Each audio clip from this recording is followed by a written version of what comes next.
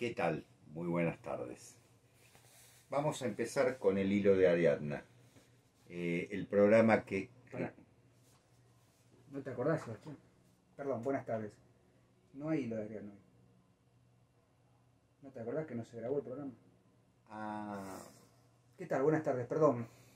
No grabamos. Se fundió la compu, ¿te acordás? es verdad.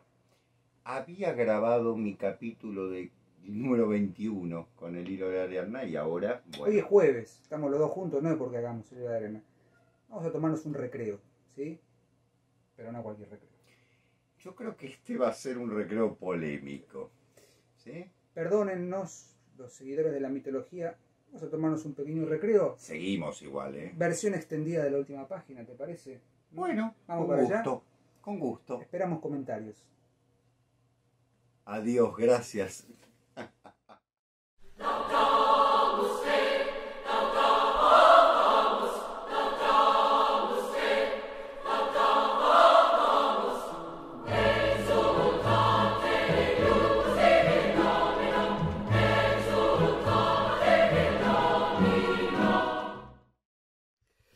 ¿Qué tal, amigos, amigas? Buenas tardes, buenas noches, buen día, o en el momento en el que estén sintonizando este programa de la última página. Yo lo veo a la madrugada. A la madrugada. Ya no lo puedo presentar.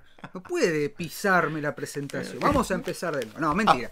¿Cómo le va al madrugador Sebastián Porrini? Muy bien, ¿Todo muy bien. Gracias y disculpas por el... Por favor, hemos vuelto a estar ataviados como corresponde. Volvimos a porque clases. Volvimos a dar clases, porque no empezó el otoño, pero se está despidiendo el verano. Seguimos con una pésima iluminación. Soy feliz. Sí, estoy feliz. Ya está, ya se le nota en la cara. Sí. Bueno, un poco, a ver, vamos a charlar un poco de eso, ¿no? En función de algunas ideas que han surgido. Les damos la bienvenida a este encuentro semanal de la última página, que por supuesto no puede existir sin el inefable, sin el innombrable, indómito e impertérrito, inescrupuloso Sebastián Porrini, y quien les habla, Diego Ortega. Aquí estamos como cada lunes proponiendo formas de leer. ¿Sí? Feliz día, profesor. Hoy es 17 de marzo, aunque este programa no sabemos cuándo va a salir. Hoy es día de San Patricio. Saludo a los Green hermanos. Day, ¿no? Sí, es el Green Day, el día verde, ¿no? En honor a la tierra esmeralda. Muy bien. Así que haremos las libaciones correspondientes, no con beer, pero sí con whisky, ¿sí? Como corresponde. Exactamente. Sinceramente, hoy decidimos no ponerle título al programa, ¿no? Dijimos... Hay un motivo. Por varias razones dijimos, bueno, tenemos una organización, por supuesto, pero hoy teníamos preparado un programa, hay que decirlo, lo tenemos acá anotado y demás, pero dijimos, no, acabamos de tener una muy linda charla con unos queridos compañeros y colegas de Ecuador, en la Noche de los Tiempos, ¿sí? Un podcast que sale, creo que semanal o mensualmente. Nos acaban de hacer una entrevista muy bonita, hemos participado humildemente y terminamos un poco...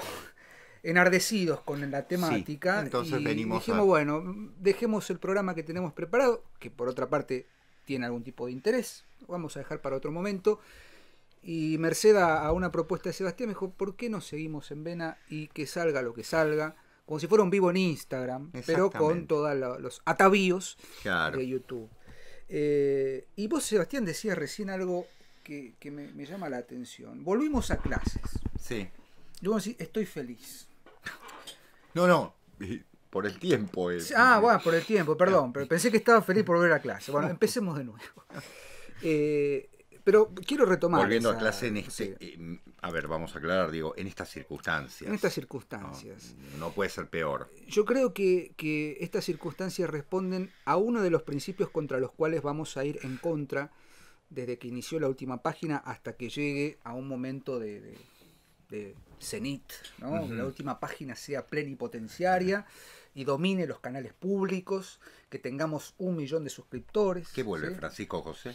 Ojalá. De ahí cantaremos la marcha Radetzky. Aplaudiremos la marcha Radetzky. Pero, vamos a ponernos serios, porque tenemos corbata. Digo, uno de los principios contra los cuales reaccionaremos siempre en la última página es la construcción del relato y de la lectura del relato, ¿no? Y acá no me voy a poner bajo ningún punto de vista ni proselitista, ni partidario de ningún... Hago una pequeña observación. En el programa de Sarmiento yo dije algo de lo que me arrepiento, que fue, una mirada política o politiquera. En realidad toda mirada política es decisionista. No quería referirme a ese concepto de política, sino más bien partidario, ideológico. Muy bien que lo aclares, ¿no? muy bien, claro. Lo estaba viendo mientras lo editaba y dije, bueno, política, vos me dijiste politiquera, y cuando hablamos de política hablamos de algo un poco más profundo y más serio. Sin duda. Pero es político lo que vamos a plantear, y que tiene que ver con la proliferación en la actualidad de la construcción de relatos y la ausencia total de dimensiones de lectura más profundas.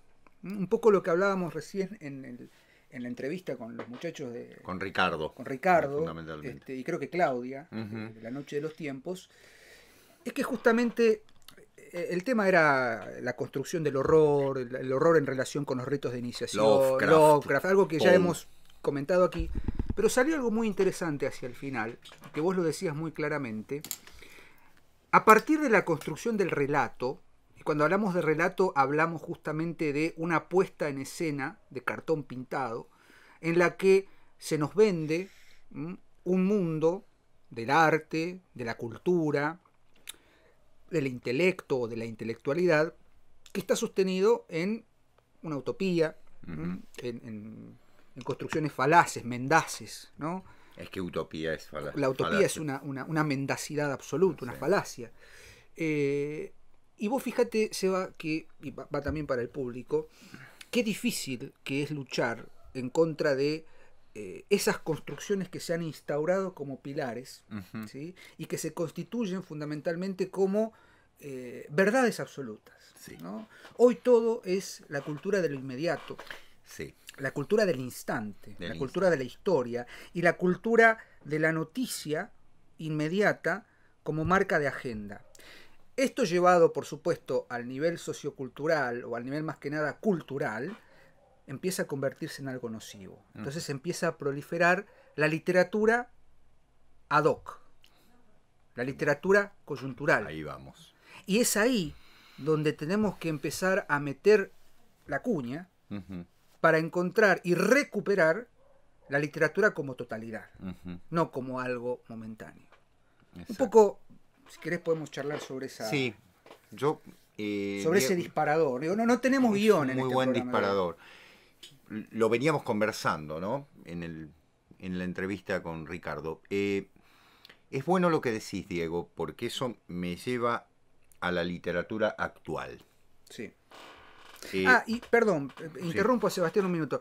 Uno de los suscriptores nos decía hace poco en un comentario, nos gustaría que hicieran un programa en el que nos mostraran los lectores que la literatura que no hay que leer porque es espantosa. Entonces le decíamos, no es nuestro estilo. Claro. En todo caso podemos proponer principios de cómo no leer. Claro. Pero no qué autores no leer. Por y un poco ya nos conocen. Eso sería censura de otra parte. Perdón, Seba, no te interrumpo. No, por favor. Estuviste muy bien. Yo decía un poco lo de la literatura actual. Voy a responder también a algo que siempre me plantean. ¿Leen literatura actual? Sí. El número 3 y el número 2 de nuestros programas fueron dedicados a dos autores argentinos que viven. Hugo Mujica y Samantha Schweblin. ¿Sí? Por decir dos. En el segundo caso, una persona muy joven, ¿sí? Por la cual tengo una profunda admiración, sobre todo como cuentista, creo que ya lo sabe. Como novelista tengo mis objeciones, pero como cuentista me saco el sombrero. En el caso de Hugo Mujica me pongo de pie, directamente. Bueno, ahora bien, ¿qué quiero decir con cierta literatura actual? Retomo lo que decía Diego. La idea de que es una literatura, en muchos casos, no en todos, menos mal, de carácter efímero, de carácter, digamos así, un tanto para el momento, si se me permite el término. ¿Qué es lo que está pasando en el momento? Yo me parece que esta gente ya no abre el diario porque no se abre más el diario, sino más bien buscan en internet cuáles son los temas, cuáles son los personajes que actúan, con eso hacen una especie de licuadora y sale una novela. Yo voy a ir a un palo, tengo preparado el palo ya. Está tomando distancia, Estoy tomando Porrini. distancia. Se acerca al tendal derecho y se prepara para rematar al arco. Exactamente. ¿Sí? Es decir, es una literatura, miren el adjetivo, performática. Totalmente. Es decir, no queda nada. Después no va a quedar nada. Vean a Avelina Lesper. Yo de arte puedo hablar hasta cierto modo, pero vean a Avelina Lesper, que me parece un faro en este sentido en muchos aspectos. También Antonio García Villará. Antonio García Villará. Con otro histrionismo, con otro... Por supuesto, con una estética diferente, pero también admirable en su lectura. Bien, ¿qué quiero decir con esto de literatura performativa o performática? Vaya a saber cómo es el adjetivo en este caso. Una literatura que puede ser leída el mismo día en el que la compraron y se terminó y no vuelvan más. ¿Sí?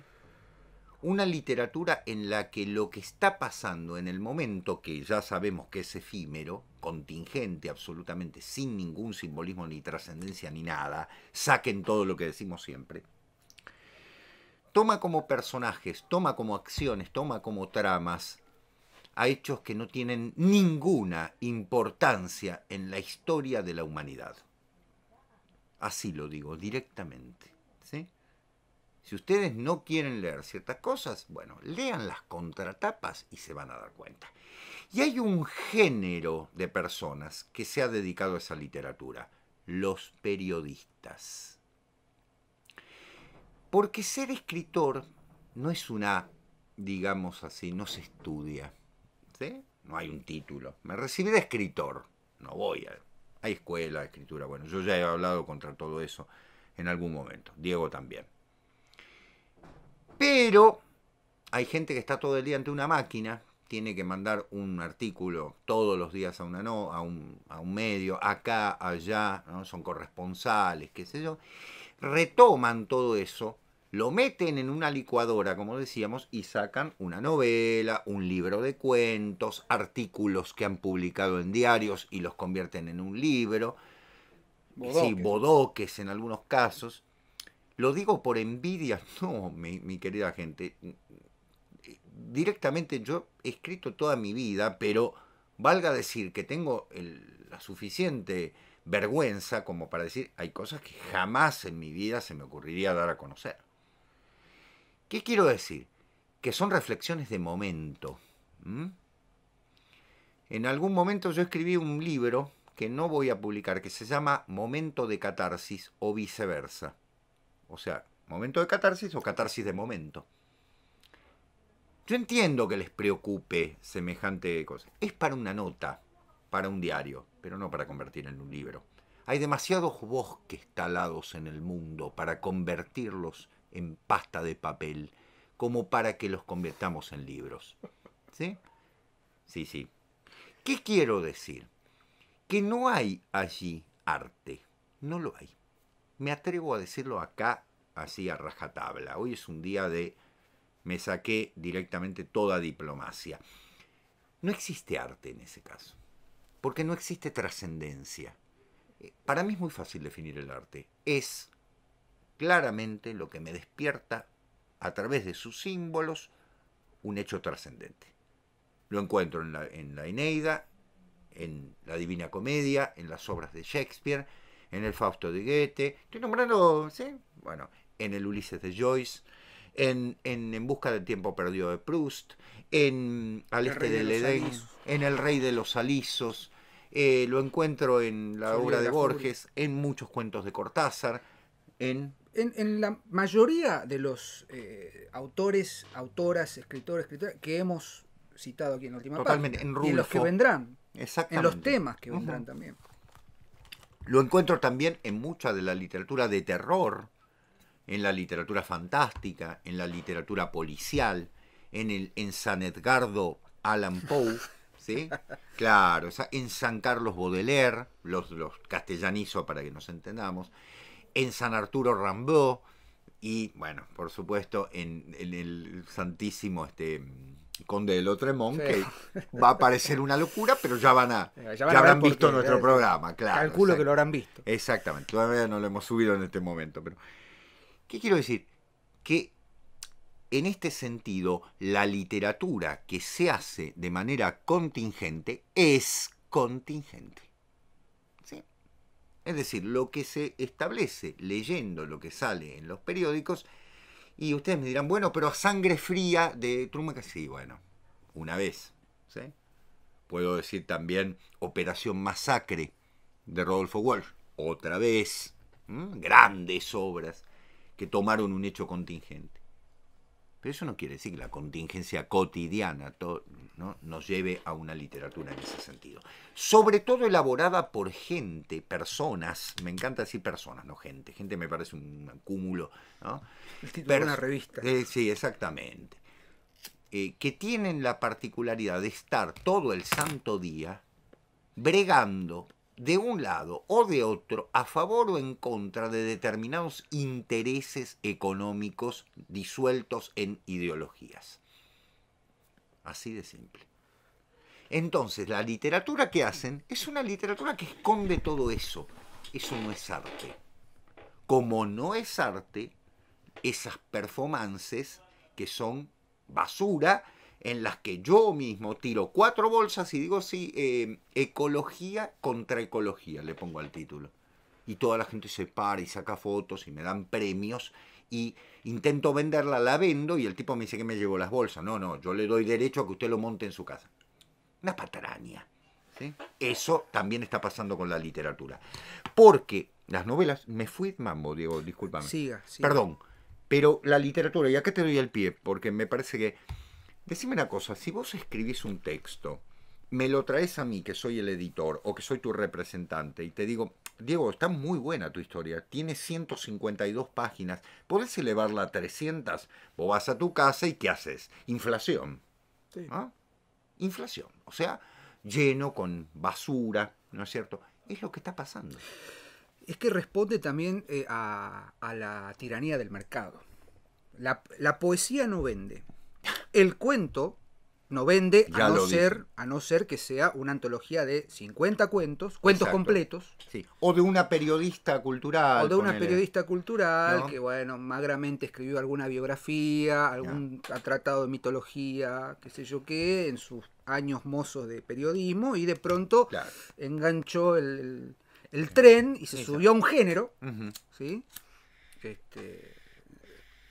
Estamos siendo demasiado directos, pero bueno, digo, responde a una tiranía del mercado. Vos me nombrabas a Samantha Schweblin y la vamos a poner como ejemplo cabal. Nosotros le dedicamos el tercer programa de La Última Página, allá por febrero, marzo del 2018, a Distancia de Rescate. Un poco nos encontramos con esta paradoja de decir, bueno, Samantha es una gran cuentista. Por favor. ¿No? Y de pronto nos encontramos con una novela. Después uno empieza a indagar y se encuentra con que esa novela, no es una novela, responde a un momento de su escritura. Ella estaba escribiendo 7 casas vacías, uno de sus grandes libros de cuentos. Otro gran libro. Y ese relato de Distancia y Rescate tranquilamente podrían haber sido 2 cuentos más de 7 casas vacías. Y después sale Kentuckys, de Samantha, que a nuestro entender es una novela absolutamente menor dentro de la obra de Samantha. Totalmente. Pero ahí empezamos a visualizar que, ¿y quién se lo publica? Tal editorial. Y pasa esto. Che, Samantha, lo cuento todo bien, todo, pero mirá, hoy vende la novela. Claro. ¿Por qué? Porque la novela es la herencia de la burguesía, en cierta medida. Es lo que leo en el verano. Claro, yo me lo llevo a la playa. Exacto. Pero el problema está justamente en que la inflación, como bien decía Sebastián, lleva a que sea aire. Uno infla, si fuera helio, bueno, se eleva. Claro. Es aire. Claro. Entonces cae como el globo de Cae aire. como el globo, se desinfla, se arruga en el aire, se cae. Y no se sostiene en el tiempo. Sí, señor. He ahí la diferencia con el clásico, citando, como siempre decimos, al querido Italo Calvino. Pero vamos más allá del clásico. Vamos a hablar de la literatura que, como bien dijiste, nos deja o nos conmina a pensar fuera del texto, más allá del texto, y que nos regresa a un estado totalmente, ¿cómo decirlo?, disociado de la realidad contemporánea en la que vivimos. Exacto. Porque para eso abro Facebook, abro Instagram, abro Twitter, el peor invento del demonio, Twitter. No me digas. Sí, no. sí, es el peor invento. El que tiene la palomita. La palomita, un pájaro, qué sé yo. Digo, y uno parece que está informado, parece que entiende el mundo, pero entiende el mundo en eso, en un tweet, en un posteo, en debates imbéciles, en debates estériles, en Facebook. Y queda ahí, en el momento, sí, en la publicación. En cambio, esa literatura, sea o no de la tradición, sea o no trascendente, digo, en los parámetros que nosotros solemos manejar, Malcolm Lowry, Erofeyev o Eferoyev, no sé cómo, digo, Eferoyev, digo, no necesariamente responden a una tradición metafísica, no, pero sí nos conminan a movernos, a mover el espíritu hacia otra realidad, sí, hacia otro espacio, hacia otra construcción, y nos muestra que aquello que se pretende elevado y poderoso y potente y que es un impacto del momento, es eso y nada más. Claro. Es la embriaguez del momento y después viene la resaca. Exactamente. ¿No? La indigestión. Ángel tiene un concepto, Ángel Fareta, ¿no? Tiene un concepto fundamental. El cine, lo dice él respecto del cine, suele generar indigestión. Sí. Y la crítica viene a significar una suerte de analgésico, ¿no? Como un digestivo. O sea, porque uno tiene que poder digerir eso. Exactamente. En el cine se ve claramente. En la literatura se está viendo claramente. Yo he leído hace muy poco la última gran novela del gran escritor argentino, el gran crítico, el gran teórico de la literatura argentina, el gran, digamos, exponente de una forma de debatir, etc. Y me encuentro con que, obviamente, es una literatura que surge de una cantidad de apuntes que él tenía, claro, sobre temas diversos que los juntó, dijo, bueno, son tres historias. No hay un solo punto de conexión en las tres historias, y después queda todo en una revisión de los 70 y qué sé yo qué, pero no hay más que eso. Claro. Entonces sigue siendo, como bien dijiste, una literatura meramente performática, para mostrar. Lo que se muestra es eso, es un mostrarse, no es un señalar. Exacto. Perdón, sí es un señalar. Me voy a corregir, es un señalar, no es un mostrar. Al revés es el concepto. Porque el mostrar implica abrir. La verdad nunca se puede mostrar en su totalidad. Claro. Por eso la literatura opera simbólicamente. Obviamente. Si no es alegórica, claro, como hemos dicho más de una vez. Exactamente. ¿No? Lo alegórico viene a convertirse en lo que es por acá, maestro. Claro. Hay que ir por este camino. No sos libre. No sos libre. Exacto. ¿Qué tenés que leer ahora? Y tenés que leer literatura que aborde el problema de género. Literatura que aborde el problema de la lucha de clases. Literatura que aborde el tema aquí en Argentina de una revitalización de la lucha en los 70. ¿Sí? De la lucha política del momento, de la lucha social del momento. Para eso existe la política, la historia, la militancia, la historia, la sociología, ¿sí? Para hablar de cuestiones de género existen los estudios culturales, existen los ministerios. La literatura no solamente que, lo voy a decir bien argentino, se lo come en dos panes a esos temas, se los come en dos panes, claro, sino que los desecha. Totalmente. ¿No? Sí. Vos sabés que me hiciste despertar, Diego. Voy a hablar de un autor que nos han pedido, ya le vamos a dedicar un capítulo, pero quiero que vean por qué hablo de lo contingente en relación con algo que se convierte en una obra de arte. Voy a nombrar al queridísimo, que acá está el retrato, Georges Perec. Sí, que nos han... Es la intriga. Ya nos vamos a dedicar a Georges Perec, ¿sí? Estén tranquilos. Yo soy un apasionado de Perec, así como lo soy de Raymond Queneau. Pero por algo lo hemos dejado con el tiempo. ¿Sí? Hay que dejarlo macerar. Sí. Tranquilos, porque se va a venir Thomas Bernhard también. Sí, ya lo tenemos. ¿Sí? Un logro de la última página Hay que decirlo, perdón, Sebastián, que te interrumpo. Sí, Siempre favor. me cagan a pedo, que yo te corto y te interrumpo. Lo lamento. Profesor. Hace más de 10 años que nos conocemos, yo soy joven y sí. él es sabio. Yo soy joven. Pero uno de los logros es que nos han llevado a leer cosas que yo por lo menos no había leído a Bernard, o Bernhard, y lo empecé a leer. Bueno, ¿no? Y ¿vieron? va a haber un programa totalmente nuevo, porque es algo que empiezo a leer ahora. Bueno, creo que fue ya, ¿cómo se llama? Uno de nuestros suscriptores que me dijo, al fin Porrini algo que no leyó. Digo, no puedo haber leído todo. Ya te vas a acordar, siempre nos escribe y es muy amable. Jeff, creo que, no me acuerdo, no quiero nombrar, voy a hacerlo. Vuelvo. ¿Por qué nombré a Perec? Fíjense que en una nouvelle de Perec, que se llama Intento de agotar un lugar parisino, así es. ¿Qué hizo Perec? Se sentó en un café, en la vida real, ¿no? En un café, en una esquina en París, y estuvo 24 horas. Maravilloso, porque hoy en día no se puede por el tema... Acá está, el querido George, ¿sí? Uno de los seres más admirables de la literatura francesa del siglo XX. Se sentó en un café y anotó en un cuaderno todo lo que pasaba, todo.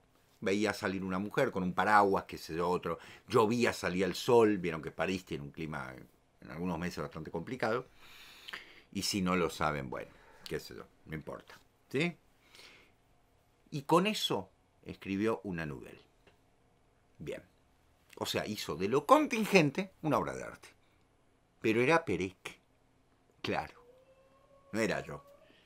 Que veo al presidente de la República, o veo al presidente de México, o veo a la canciller de Alemania hablar de tal cosa y voy a construir una... No, eso es... No, claro. Es la diferencia. ¿Qué hizo Truman Capote? Leyendo la historia del crimen fabuloso que había ocurrido en los Estados Unidos. Escribió a sangre fría. Bueno, pero era Truman Capote. Y después de eso quedó anulado, valga decirlo. ¿Qué hizo con los fusilamientos? Esto es para los argentinos, lo van a entender mejor. Los fusilamientos de José León Suárez, el querido Rodolfo Walsh. ¿Qué hizo? Y escribió Operación Masacre, pero bueno, hay que ser Rodolfo Walsh. Alguien me dirá, ¿usted está diciendo que hay que tener una capacidad? Sí, hay que tenerla. Sí, hay que tenerla. Se acabó lo que se daba, señores. Se calentó Porrini. Esto no es un tallercito dado por una profesora o profesor de secundaria para motivar a personas que están desmotivadas en su vida a que escriban microrrelatos. No, eso no se consigue. Pregúntenle a alguno de esos autores si hizo eso. Ninguno. Hemos hablado hace un tiempo de Dorothy Parker y de Carson McCullers. Carson McCullers. ¿Y Catherine Porter era? No, ay, por Dios. Dorothy Parker, Carson McCullers y Flannery O'Connor. Gracias, Diego. ¿Ven? Siempre viene bien. Flannery O'Connor.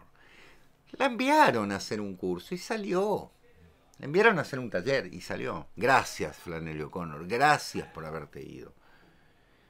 Porque ¿qué le hubiesen impuesto? Las tradicionales reglas estúpidas, las tradicionales reglas de lo correctamente político, que Flannery O'Connor, gracias para la literatura, no cumplió. Como no cumplió ninguno de los grandes genios. ¿Sí? Porque era incorrecta, desde todo punto de vista era incorrecta. Como lo era Céline, como lo era el queridísimo Ezra Pound, como lo era Joyce, porque estaba escribiendo en inglés, siendo un irlandés, metiéndoles, mostrándole a los ingleses que el mejor inglés lo estaba escribiendo él, que era de la querida, hoy se cumple, ¿no? El Green Day, decíamos. Bueno, lo mismo hicieron todos los grandes escritores, entendiendo que eso que podían dominar era mucho mayor que lo meramente contingente, que lo meramente de momento. Por eso vuelvo a Perec. Acuérdense cómo empezó este instante, ¿no? Me siento en un bar y copio todo lo que pasa. Pasa un hombre con un pan abajo del brazo, me salió César Vallejo, no por nada, ¿sí? pasa una persona con un changuito, un nene, lo que sea. Todo eso Perec lo escribió. Si hago una nota en el diario, bueno, es una nota de color. Perec creó una novela. Esa es la diferencia. Cuando un periodista que todos los días está tomando nota de lo que dijo el ministro Pirulo, la ministra Sutano, o el consejero, o el lameculos número 3 del ministerio tal, y lo vuelca, y después dice, uy, esto se va a convertir en una novela, listo, peguémonos todos un tiro, como lectores. Eso es lo que no tienen que leer. Me permito decirlo, eso es lo que no tienen que leer. Sí, seguramente vayan a leer a los clásicos, todos. ¿Sí? Y ustedes me dirán, ¿y cómo hago? Porque, ¿qué es un libro viejo? No, un libro viejo no es un clásico. ¿Sí? Un clásico es algo que está vivo. Saavedra Fajardo fue un escritor impresionante del siglo XVII. No vayan a leerlo. Saavedra Fajardo, claro. Hombre, dígalo como corresponde. Como corresponde. Porque en ese mismo siglo estuvieron Calderón, Cervantes, Quevedo, Góngora y Lope de Vega, y esos sí son clásicos. Y se sacaron el polvillo encima y siguieron. Tirso de Molina, ¿no? Otro genio que habría que recuperar. Don Gil de las Calzas Verdes. Exactamente. O como diríamos aquí, Don Ginés de las Calzas Verdes, que ha sido destituido del ministerio. Exactamente. ¿Sí? Diego. No, a ver, se me cruzan muchas ideas. No, igual. Se me cruzan muchas ideas. Hagan un ejercicio, quienes se consideren lectores, no quiero ser segregacionista, pero quienes digan, bueno, me gusta leer, vayan a una librería y hagan el ejercicio de escuchar. Solamente de escuchar los pedidos. Yo lo hago mucho. Voy a librerías, no compro, porque de comprar libros en Argentina que está eso, sí, es muy difícil. Pero voy como para despuntar el vicio.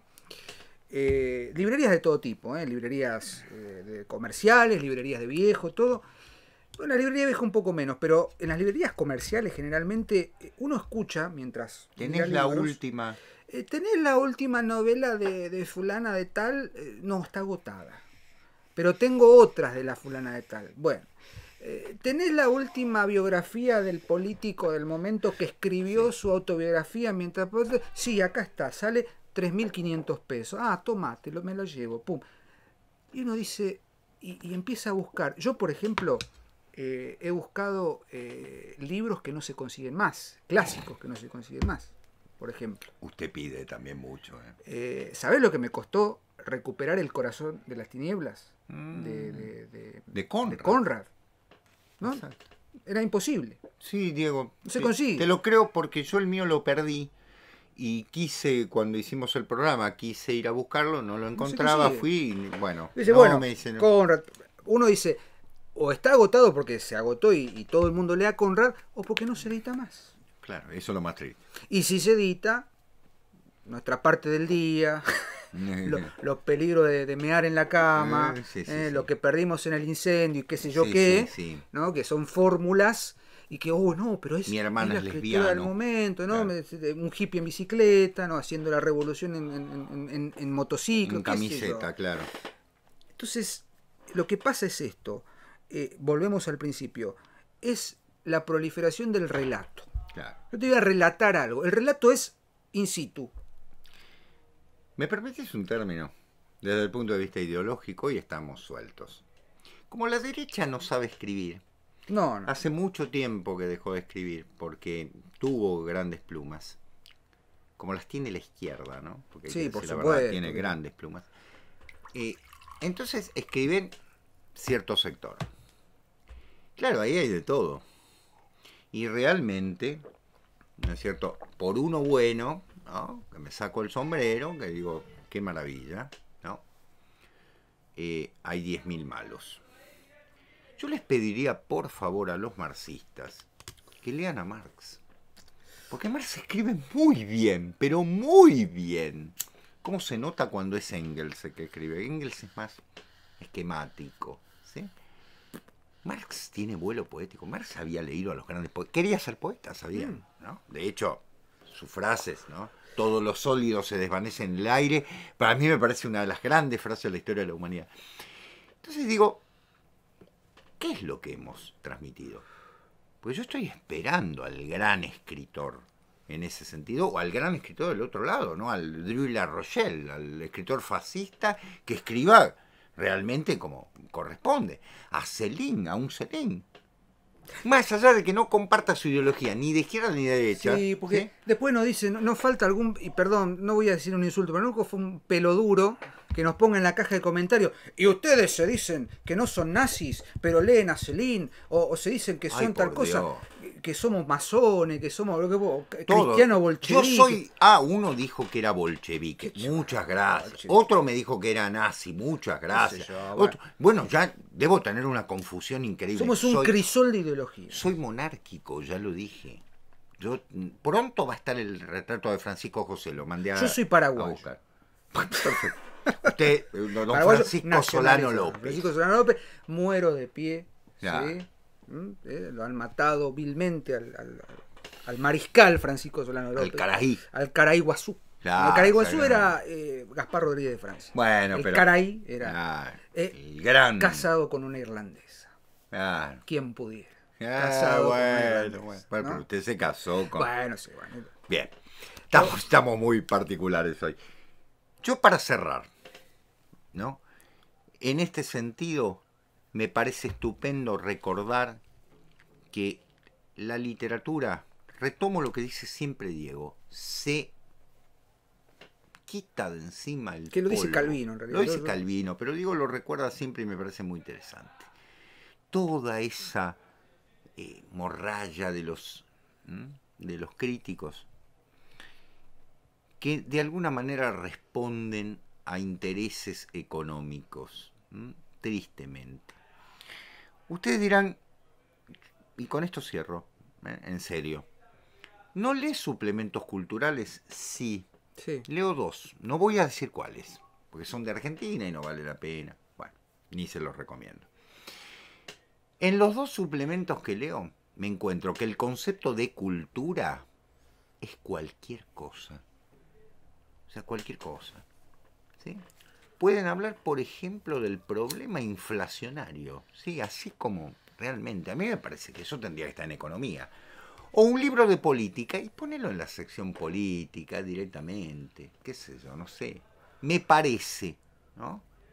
Yo sigo la tendencia de Hermann Hesse, que dijo que la cultura es aquella herencia espiritual de las religiones, de la música, del arte y del lenguaje que tienen que ver con lo trascendente.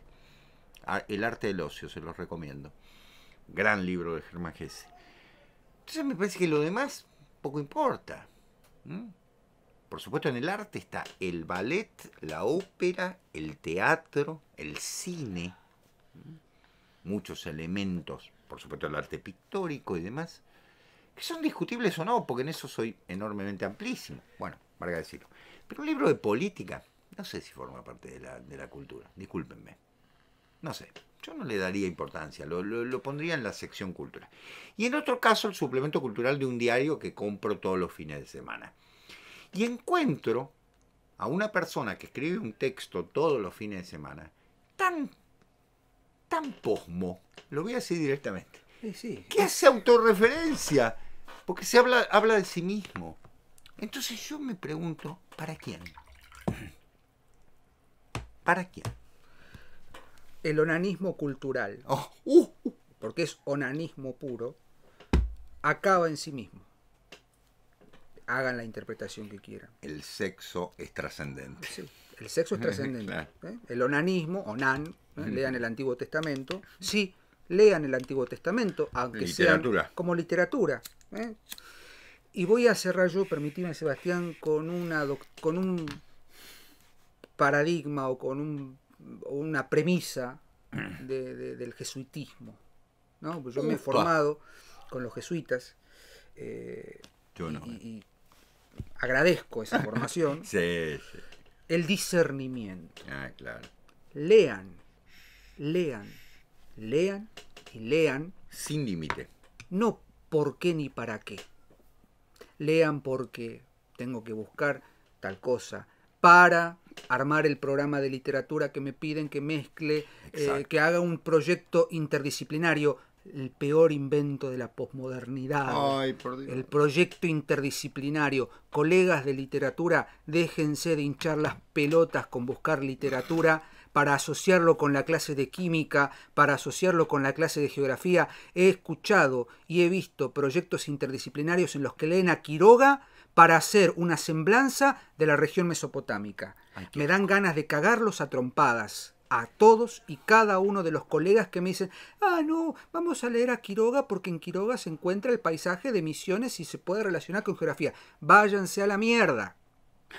Así se los digo. Porque eso es el por qué y el para qué. La literatura es el qué. Lean el qué. Profesor, me permito ponerle el título de este programa. Recreo. Recreo. Se va a llamar Recreo. Profe, ¿qué le pregunté ayer? Yo le mandé un WhatsApp. ¿Qué le pregunté? Le pedí un dato. Porrini manda audios. Sí. No escribe mensajes. Porrini ya no escribe. Porrini manda audios. Y me dice en un audio, Diego, ¿cómo se llama o cuál era el nombre del revólver que usaban los cowboys en el lejano oeste? De armas de fuego sé poco. Y yo sé bastante.